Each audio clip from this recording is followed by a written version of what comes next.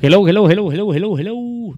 Bueno, nueva prueba. Vamos a ver, tenemos la controladora un poquito más lejos, ¿vale? Que el otro día hicimos una prueba, lo tenemos muy cerquita. La gente decía, es que vamos, está muy cerca, ¿cómo va a haber lag? Pues nada, hoy tenemos el X-Vive puesto. Vamos a hacer una prueba con hotkeys. La tenemos un poquito más retirada, ¿vale? Estamos hablando por el micro, grabando con el móvil, que todo hay que decirlo. Y lo tenemos puesto aquí, ya lo estáis viendo. Canal 1, canal 2. Lo tenemos puesto también en la mesa de directo, que está ahí debajo.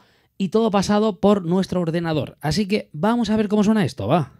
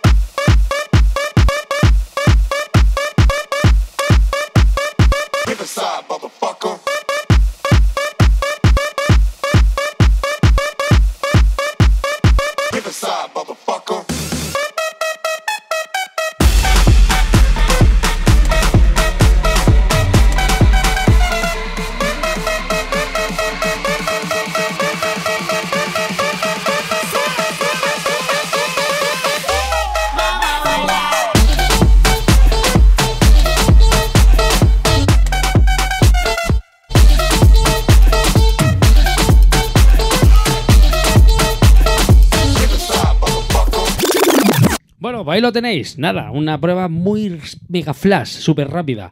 Tocando los hotkeys, enviando la señal vía inalámbrica con el X-Vive U3D.